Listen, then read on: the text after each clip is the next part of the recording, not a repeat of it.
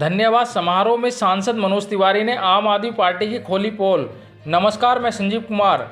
यदि आप हमारे चैनल को पहली बार देख रहे हैं तो चैनल को अभी सब्सक्राइब कर बेल आइकन का बटन जरूर दबाएं।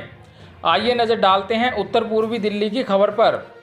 उत्तर पूर्वी दिल्ली मुस्तफाबाद विधानसभा में भारतीय जनता पार्टी के द्वारा कार्यकर्ता धन्यवाद सम्मान समारोह के प्रोग्राम का आयोजन किया गया और सांसद मनोज तिवारी ने भारतीय जनता पार्टी के जिस बूथ से ज़्यादा वोट मिले हैं उन्होंने उन कार्यकर्ताओं को सम्मानित भी किया और आगामी विधानसभा चुनाव के लिए मजबूती से कमर कसने के लिए उनका हौसला भी बढ़ाया और कार्यक्रम में शामिल हुए लोगों को आम आदमी पार्टी के असली चेहरे से भी जागरूक कराया।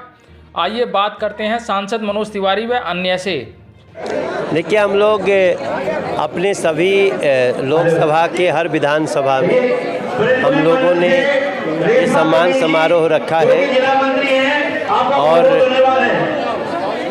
इन सम्मान समारोहों में हम लोग जिस बूथ में सबसे ज़्यादा वोट मिले हैं उनको हम सम्मानित भी कर रहे हैं और हमारी बूथ अध्यक्षों के साथ, शक्ति केंद्र प्रमुखों के साथ एक बड़ी योजना पे आगे हम काम भी कर रहे हैं। दो पार्टियों के एक रहने के बावजूद हमारा मुस्तफाबाद का जो मार्जिन है वो हम लोगों ने बहुत घटाया है, क्योंकि आमतौर पे 50-55 हज़ार वोट कांग्रेस को भी और उनको भी मिला करता था। उसमें मात्र 22-23 हज़ार से पीछे रहना, अगर वो अलग होते तो हम लोग जीतते इसको और आगे हम इसको विधानसभा चुनाव में जीतेंगे।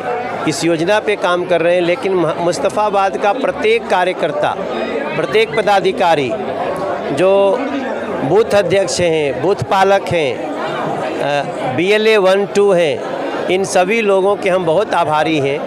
और आज हम लोग 7 विधानसभा कंप्लीट कर लिए हैं। अभी सीमापुरी जा रहा हूँ, अभी 2 विधानसभा और बच जाएंगी, रोहतास नगर और सीलमपुर, उसको भी हम बहुत जल्दी धन्यवाद करेंगे। इसके बाद हम वार्ड स्तर पे जाने वाले हैं, हर वार्ड पे जाएंगे। हमें ग्राउंड के कार्यकर्ताओं से 1-to-1 होना है और वहाँ जा कर के हम बूथ अध्यक्षों के साथ भी बैठेंगे। देखिए, उन लोगों ने वो अपने झगड़े निपटाने में लगे हैं। अरविंद केजरीवाल जेल में है और आतिशी अरविंद केजरीवाल के खिलाफ ही धरने पे बैठी हैं। उन्हीं की सरकार है, उन्हीं का मंत्रालय है, तो कहीं ना कहीं जो अंदरूनी विवाद है कि अरविंद के बाद मुख्यमंत्री कौन बनेगा, ये 5-6 महीने में जो बचा है, तो वो निश्चित रूप से उनका आपसी झगड़ा है। लेकिन ये बहुत दुख की बात है कि जिनको पानी देना था वो लोग ज़मीन पे बैठे हैं। दिल्ली की जनता 5-6 महीने बाद उनको परमानेंट ज़मीन पे बैठा देगी।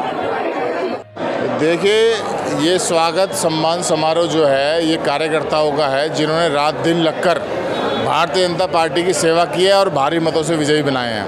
सभी कार्यकर्ताओं ने न दिन देखा न रात देखी। सुबह 6 बजे से लेकर रात को 11-12 बजे तक पार्टी की सेवा की, जिसका नतीजा ये है कि हम पूरी दिल्ली के अंदर 7 की 7 सीटें जीते हैं। हाँ जी, दोबारा बताएं। देखिए, हमारा एजेंडा रहेंगे, हमारा जो एजेंडा रहेगा वो रहेगा मुस्तफाबाद विधानसभा का विकास। सड़कें, गलियां, नाली, खरंजे, पीने का पानी, स्वच्छ पानी, स्कूल में अच्छी व्यवस्था हो, हॉस्पिटल में अच्छी व्यवस्था हो। जैसा कि पीछे सुनने में आया था कि हॉस्पिटल के अंदर दवाइयाँ तो मिल रही थी, लेकिन वो सारी की सारी नकली दवाइयाँ थी। हाँ जी, देखिए, यहाँ पर थोड़ी विपरीत परिस्थितियाँ हैं, लेकिन मैं आपको विश्वास दिलाता हूँ आते वाले विधानसभा चुनाव में हम अच्छी वोटों से जीतेंगे। मैडम, क्या कहेंगे, आज ये सम्मान समारोह था, क्या संदेश जाता है? यही संदेश जाता है कि जैसे हमने लोकसभा जीती है, आज सम्मान समारोह था आपका मुस्तफाबाद विधानसभा में और मनोज तिवारी जी आए थे। उन्होंने सभी को यही संदेश दिया है, देखो कि हम अभी लोकसभा चुनाव जीते हैं, लेकिन 6 महीने बाद आपका विधानसभा चुनाव आ रहे हैं, तो इनको आपको हर एक बंदे को घर घर जाके उनको जागरूक करना है, उनकी वोटें बनवानी, जिन बंदों की वोटें कट गई हैं या नहीं बनी हैं उनको वोटें बनवानी है और उनको जागरूक करना है कि विधायक के अंदर क्या क्या काम आते हैं, आपका लोकसभा में आप क्या क्या काम आता है, उनको जागरूक करना है कि जैसे पानी पे धरना, वतीसी पानी पे धरना दे रही है, जो जल मंत्री हैं, वो पानी की समस्या उन्हीं की पार्टी, उन्हीं के अंदर ये पानी की समस्या हो रही है और वो ही धरना दे रहे हैं। तो इसको उन्होंने जागरूक करना है जनता को कि देखो ये विधायकी के अंदर आता है, ना कि ये लोकसभा के अंदर आता है। आगे आने वाले चुनावों में हमें हद से बहुत ज़्यादा मेहनत करनी पड़ेगी, जो अब हमने मेहनत करी इससे ज़्यादा मेहनत करनी पड़ेगी, जिससे कि हमारा विधायक बने और हम अपनी समस्या जो जूझ रहे हैं वो आगे ना जूझें। मेरा वीरेंद्र कुमार पप्पू है। क्या कहेंगे सर, आज स्वागत समारोह रखा गया है? आज का जो समारोह है ये कार्यकर्ताओं का जो जीत का उत्साह था उस विषय में रखा था और ये ज़रूरी था। इससे हमारे कार्यकर्ताओं को आगामी चुनावों के लिए बड़ा उत्साह बढ़ेगा। इस तरह कार्यकर्ताओं से समय समय पर मिलते रहने से उनका उत्साह बढ़ता है और हमेशा भारतीय जनता पार्टी अपने कार्यकर्ताओं का उत्साह हमेशा बढ़ाती रहती है। इसी तरह के कार्यकर्ता विधानसभा के चुनाव नज़दीक है और हमारा कार्यकर्ता उस विषय में काम करने भी लगा है।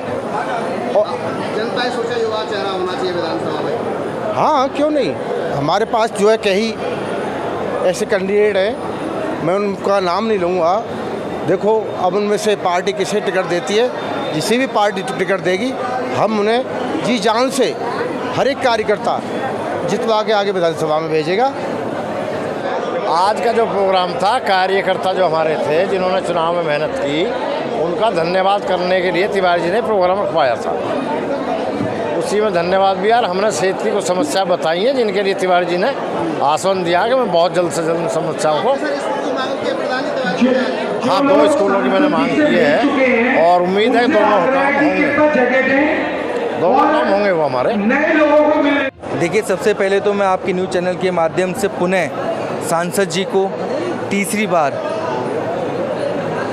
उत्तर पूर्वी लोकसभा से जीतने पर बधाई देता हूं। और जो आज कार्यक्रम सांसद जी के माध्यम से मुस्ताद विधानसभा में रखा गया, ये भी एक हर्ष का विषय है कि कार्यकर्ता का सम्मान।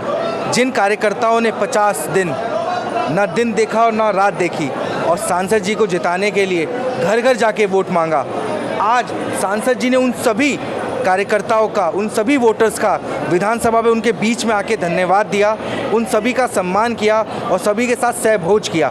ऐसे सांसद हमारे बीच में सिर्फ भारतीय जनता पार्टी के हो सकते हैं, मनोज तिवारी जी हो सकते हैं।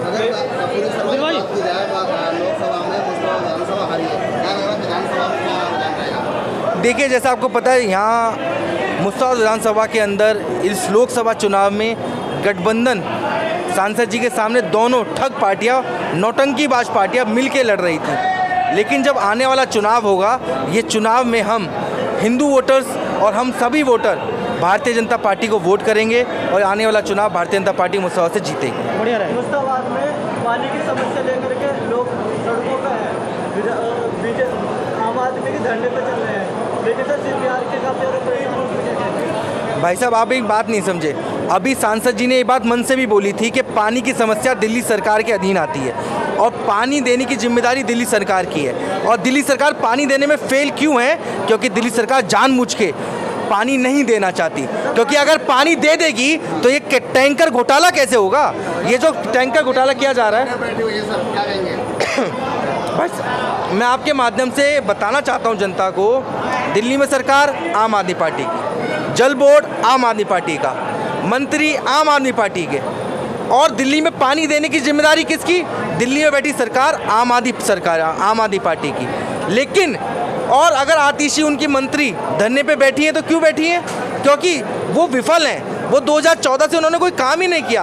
अगर वो दिल्ली के लिए सोचते तो दिल्ली में बारिश आई, पिछले साल बाढ़ भी आई, आप सभी लोगों ने देखा। रेन वाटर हार्वेस्टिंग क्यों नहीं की गई? क्या अरविंद केजरीवाल को तो मैं कहता हूँ वो पढ़े लिखे अनपढ़ हैं, क्योंकि दिल्ली के अंदर अगर वो रेन वाटर हार्वेस्टिंग करते तो दिल्ली के अंदर आज पानी की कोई समस्या आती ही नहीं। संजीव कुमार, RTN 1 दिल्ली।